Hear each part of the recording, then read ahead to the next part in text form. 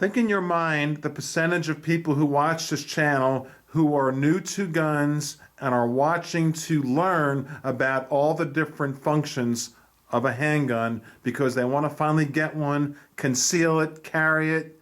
They want to follow all the rules, get a good holster, get their license, be legal. It's a big percentage. It's about a third of the audience. And this is for you. And I'm asking everyone who is really experienced with guns to throw in your comments in this video. I think it's going to be a great video. And what we're going to do is move really fast and talk about all the things that every gun owner should research before they buy a gun. All the little particulars about a given gun. For instance, we're looking at a revolver. On the right side is a Bianchi speed strip type loader. On the left hand side is a speed loader. We're going to talk about these. We're not going to do the research in this video. I'm just going to say this is what you need to research. Let's look at 3 more guns and then get on with the video. Now, a lot of people who are first getting into guns are probably going to lean towards probably a semi-automatic, a good percentage. And all of a sudden, they're into this world of confusion. 1911, well, what's a 1911? And then what are the functions of a 1911? We're going to talk about that in this video. Let's move on to a different gun real quick. A non-1911. This is an HK, USP Compact 45. What does that mean to a new person buying guns? Everyone needs to throw in their comments. How many different variants of HKs are there? For those of you who are experienced, you know there's a lot. There's like 10. You've got different safety features. You've got different trigger features. You've got different hammer features. And we're going to talk about things to research on a gun before you buy it. Let's move on to another gun. With all the different manufacturers, we have different types of semi-automatic guns. Then we have some with a rail on the front. We have a light and laser. We have grips that we could adjust to make wider, thinner, and things like that. We have different sights. We have all these different issues we want to talk about. So let's help new gun owners with things to research before you buy your gun. Whether it's your first gun, second gun, fifth gun, you want to look into everything now because we're all in this together. We're all one. And welcome to WeaponsEducation.com.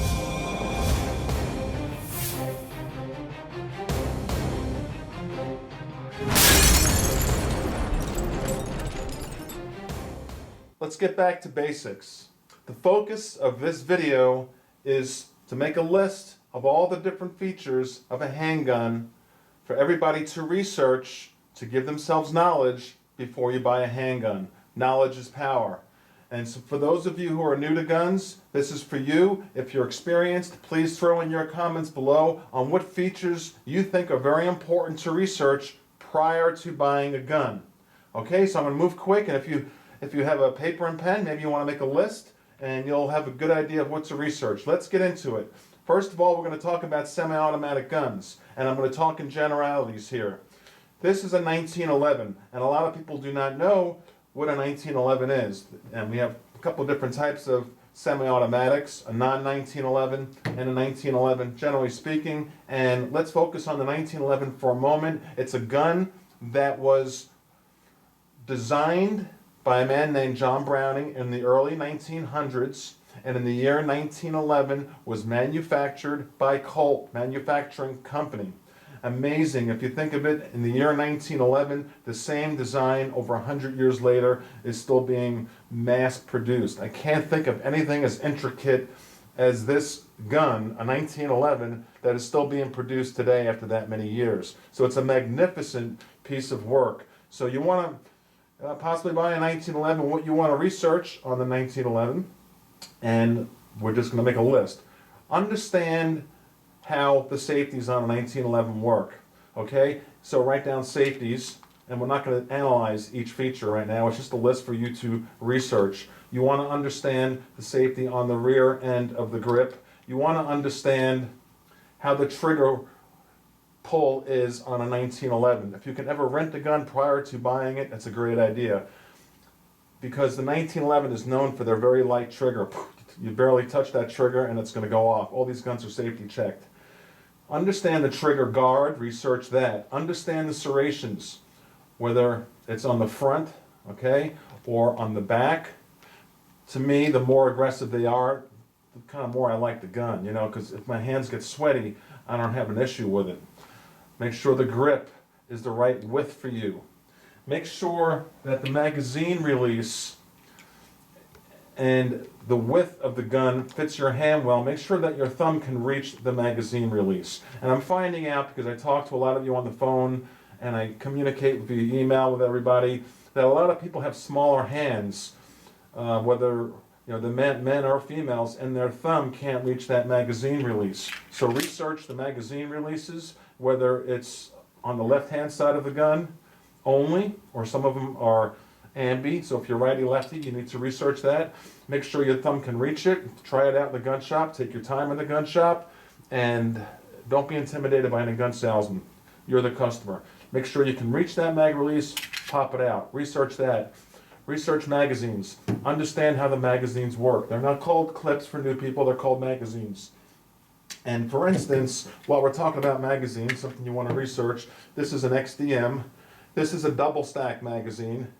It's 13 plus 1 rounds. So you get 14 rounds. It's a lot of rounds, and it's double stack, so it's wide.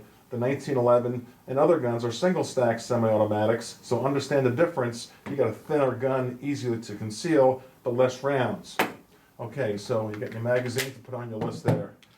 Then, as we look at the gun, an important feature for you to research is the actual slide.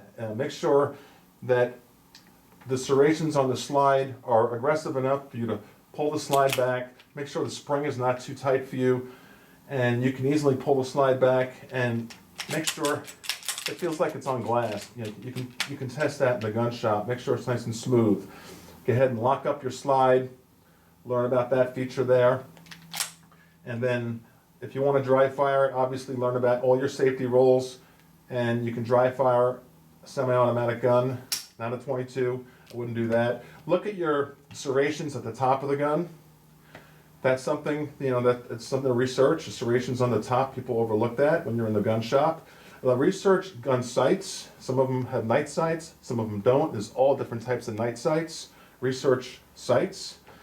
Research the actual hammer itself. Like this one's got serrations on it. Some do, some don't. That adds cost to the gun. So what else on the 1911? Disassembly. You'll want to know how to disassemble the gun. Make sure it's something that you can do easily and it's not too aggravating for yourself, because you want to go to the range, shoot 150 rounds, you want to bring it home and clean it, and you don't want to get aggravated doing it. So if a 1911 is going to be too much aggravation for you, maybe you want to start off with a non-1911 that's much easier to disassemble for some people. Okay, let's look at, whatever I missed on the 1911, please throw in the comments. Okay, the grips, research grips. Let's look at this HK. Well, what sticks out in my mind is trigger guard. When I look at the HK, it's got a big trigger guard. Compared to a 1911, you see how much smaller that trigger guard is there on the Kimber. So HK is known for the large trigger guard, so if you're wearing gloves, that's something to research, is trigger guard. This mag release is different. It comes down, so the mag pulls straight down. A lot of people find that easier if their thumb can't reach that mag release here, and this one's, you can just pull down, and it's a little bit easier for some people. Some people find it more difficult, but it's something you want to research.